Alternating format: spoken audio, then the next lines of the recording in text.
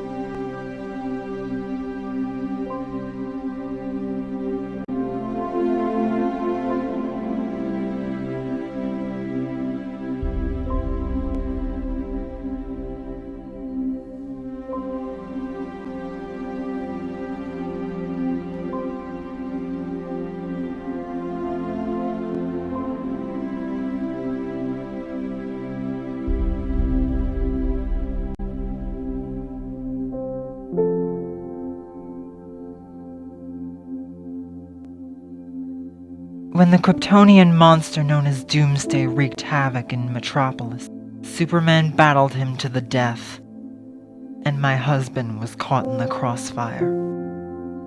I took comfort in knowing that my husband died a hero, but shortly after his supposed demise, Superman returned from the grave, and now the people of Metropolis praise the name of their savior, while Alexander lies dismembered in the Luthor family vault.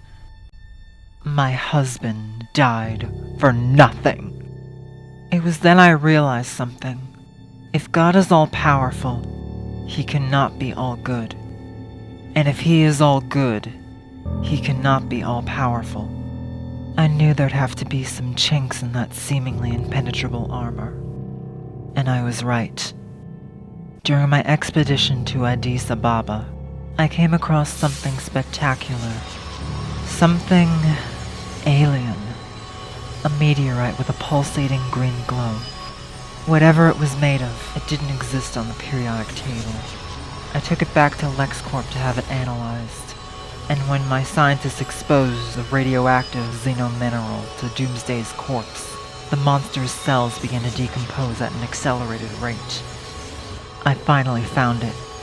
The Man of Steel's Achilles' heel was a simple piece of radioactive rock from his home planet. I had discovered kryptonite. I knew I had to field test it first, so I anonymously set up these two patsies, John and Roger Corbin, to try and take out Superman.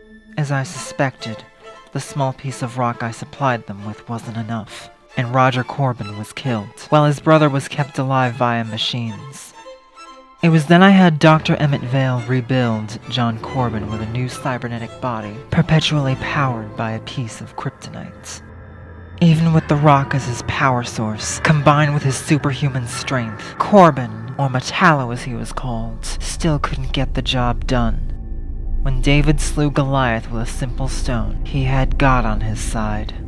And if I was ever going to kill a god, I was going to need a god on my side.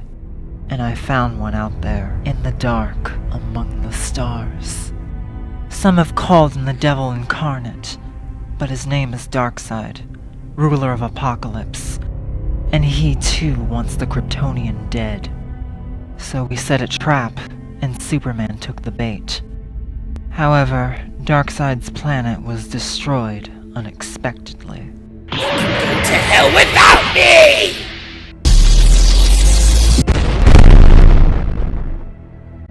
Superman escaped, but not before we obtained what he needed to create a bioweapon to combat the Kryptonian. I supplied him with Doomsday's body and half of the last chunk of kryptonite in my possession. And now, all we need is a man who can build the bioweapon for us. His name is Dr. Gero, the most brilliant scientific mind on Earth, second only to myself. He might need some convincing first, I imagine.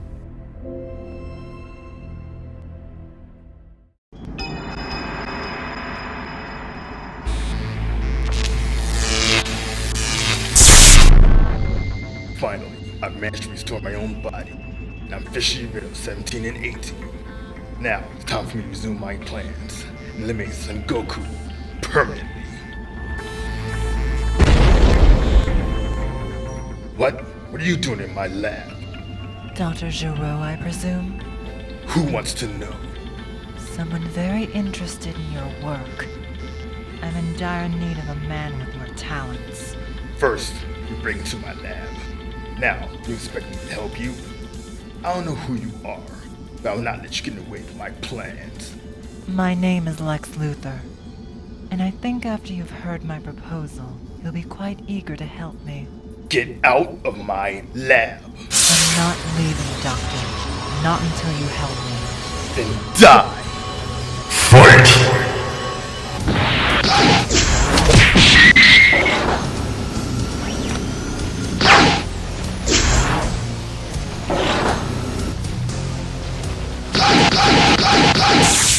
What?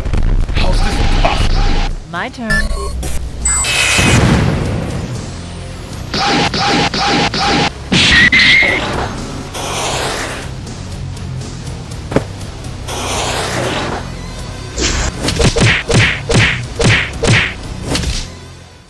Well, that was disappointing. I would have expected more from the head scientist of the Red Ribbon Army. What? How did you— Your energy is mine!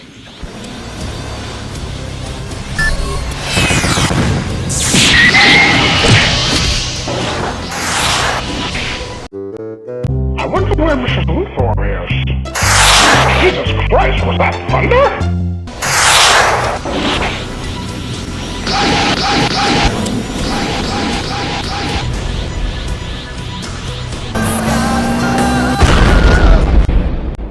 Any last words before I blast you to oblivion?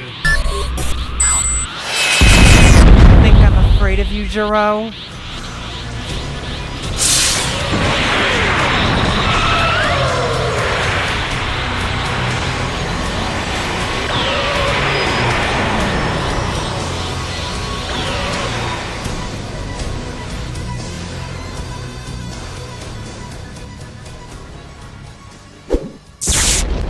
What happens when you take on Lex Luthor? The same thing that's going to happen to Superman.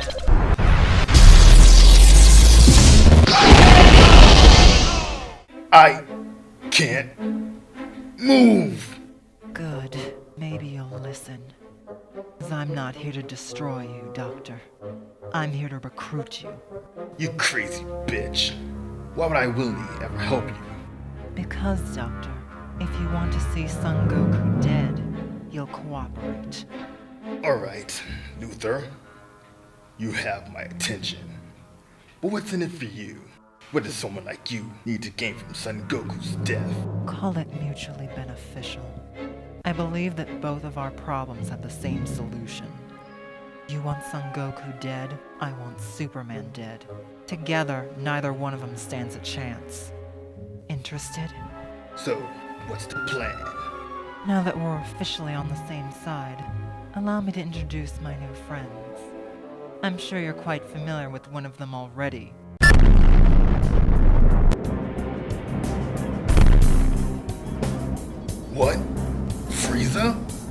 common stranger knows my name. I see that my illustrious reputation precedes me. Lord Frieza, this is Dr. Gero, the man who created Cell. Luthor, are you trying to tell me that this is the man responsible for Goku's death? That was a long time ago, and Goku's gotten much stronger ever since.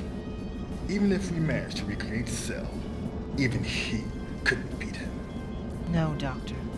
Cell can't. Then who? Show him, Luthor.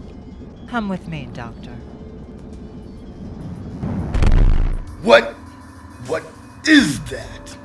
An ancient Kryptonian deformity born to destroy all life. The end of all things incarnate. Dr. Gero, I give you your doomsday weapon. The Saiyan's DNA is ready for splicing, Doctor. Alright. Let's get started.